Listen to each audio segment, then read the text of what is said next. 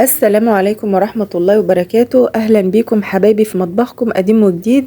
ازيكم عاملين ايه؟ يا رب تكونوا في احسن حال.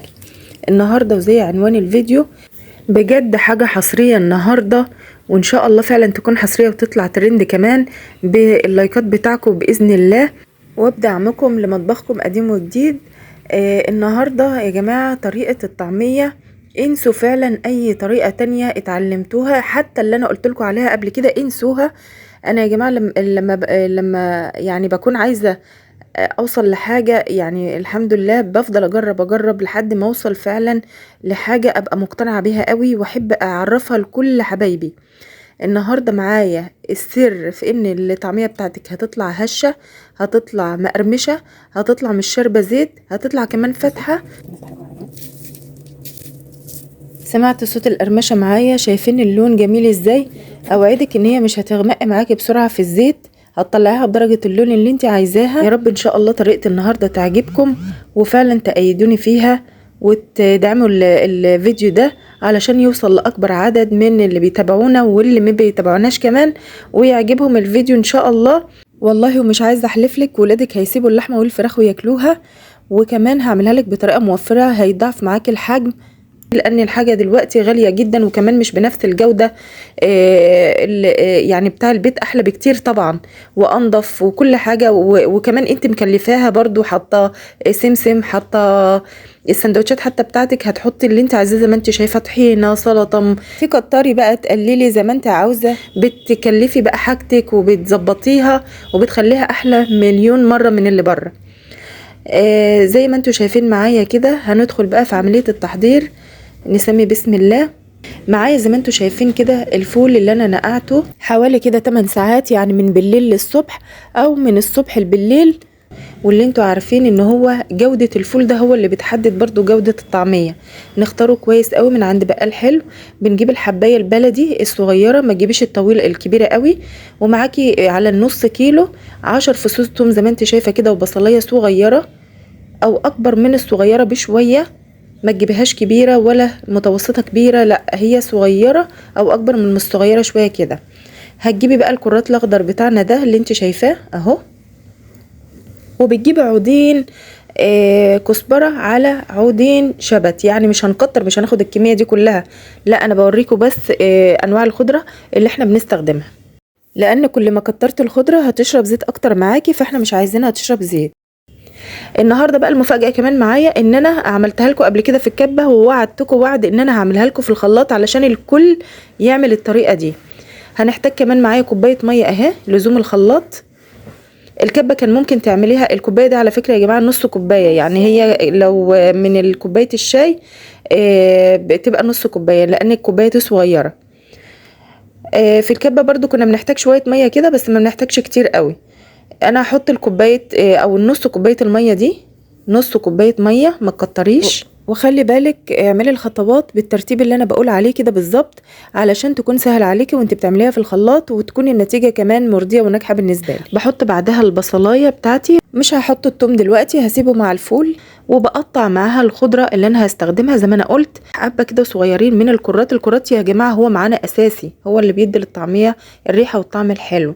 الكرات الاخضر اللي انتوا شفتوه معايا، وده بيتباع مع الخضار في السوق، الخضره والحاجات دي.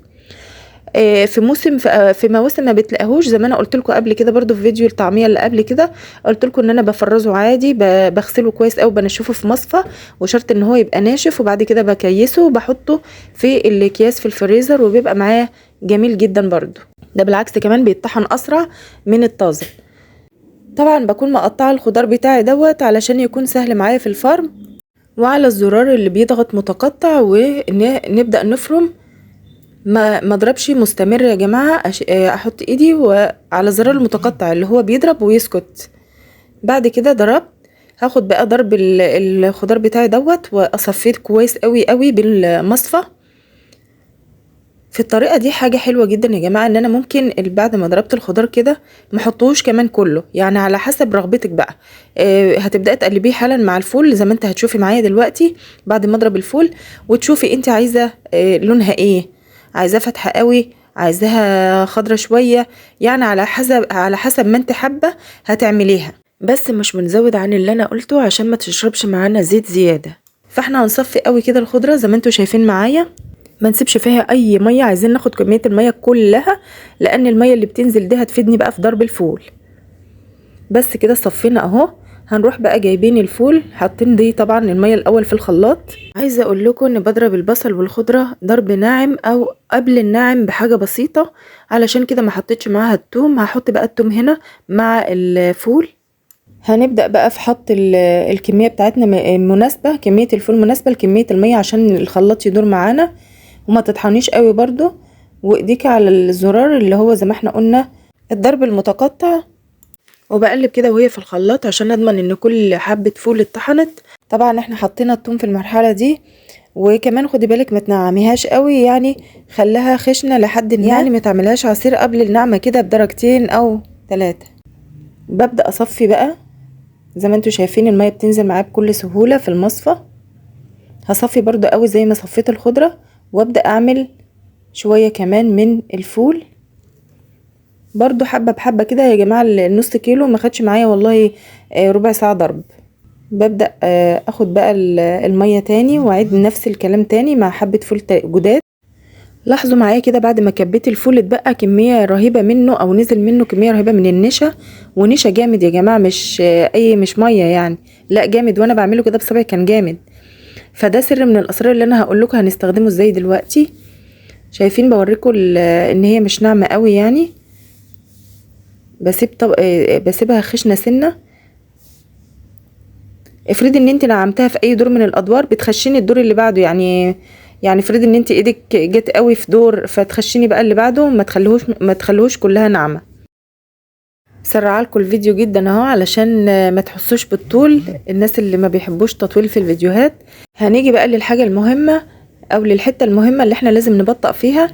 اول حاجه معانا الخضره اهي، شايفين الكميه الخضره في ايدي لوحدها، فانت بقى شوفي الكميه اللي انت عايزه تحطيها قد ايه على الفول بتاعك لحد ما توصل للحاجه اللي ترضيكي انتي.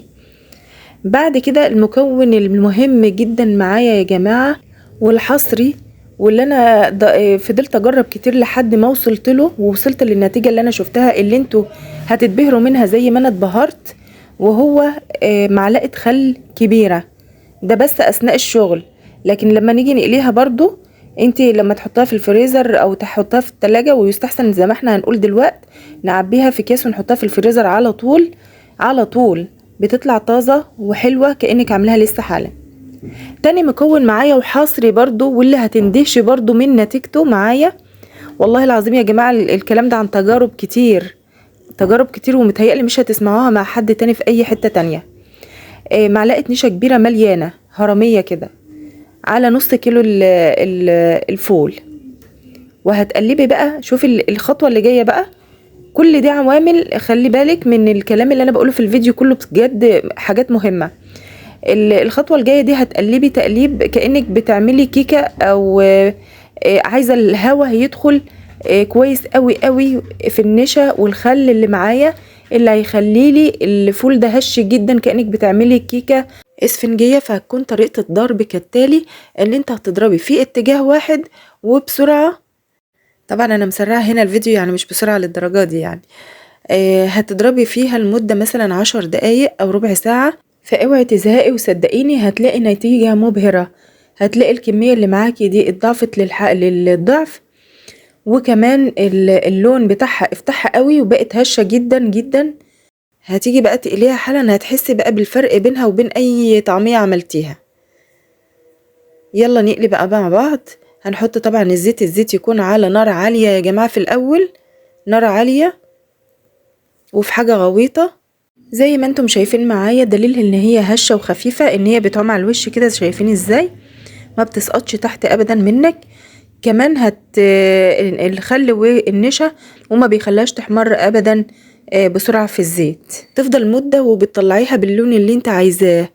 يعني انا سبتها شوية كتير على ما خدت اللون ده على فكرة، يعني كان ممكن اطلعها فاتحة خالص، بس انا كنت عايزة اغمقها شوية عشان تبقى باينة في التصوير. يبقى هنا يا جماعة شايفين فايدة معلقة الخل والنشا، بتخليها مقرمشة، بتخلي لونها ما يحمرش معايا كتير، بتخليها هشة.